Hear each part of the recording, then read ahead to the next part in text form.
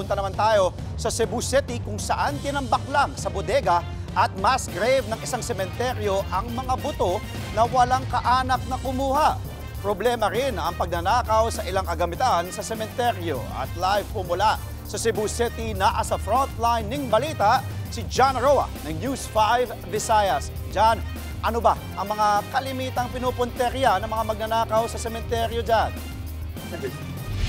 Andre, ang dinadagan ngayon ng ilang mga bisita dito sa Calamba Cemetery ay ang mga nawawalang grills ng puntod, pati na ang mga kandila. Mga sirang grills ng puntod at mga nawawalang kandila sa mga nitso.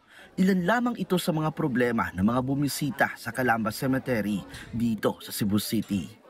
Ninanakaw daw ng mga kawatan, mga naturang gamit, pati ang mga sisidla ng bulaklak, tinatangay rin at muling ibinebenta sa mga nagtitinda sa labas ng sementeryo. Sa record ng Calamba Cemetery, nasa 6 na pamilya ang nagsumbong dahil nawawala ang mga grills sa puntod ng kanilang mga yumao.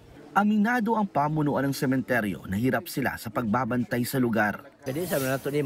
Hindi pa kayang bantayan ang sementeryo kahit may mga gwardya kami kasi marami talagang pasaway. Kami pa nga ang binabantayan ng mga magnanakaw. Hamon din ng pamunuan ang mga butong di na kinuha matapos lumagpas sa 5 taong kontrata. Nitong nakaraang buwan lang, higit 200 karton at plastik na may laman ng mga buto ang nakaimbak sa bodega ng sementeryo.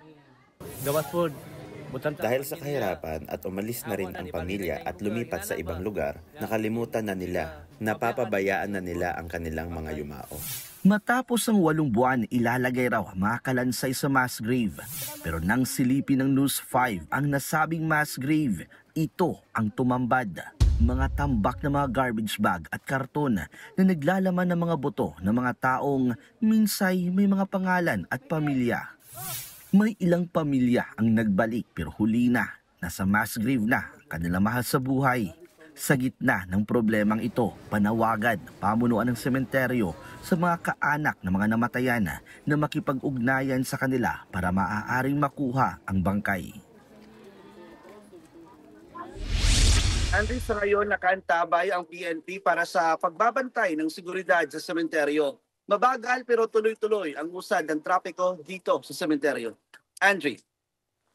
Daghang salamat, John Roa, live mula sa Cebu City. Mga kapatid, Andre Felix po, iba na ang may alam at may pakialam sa panahon ngayon.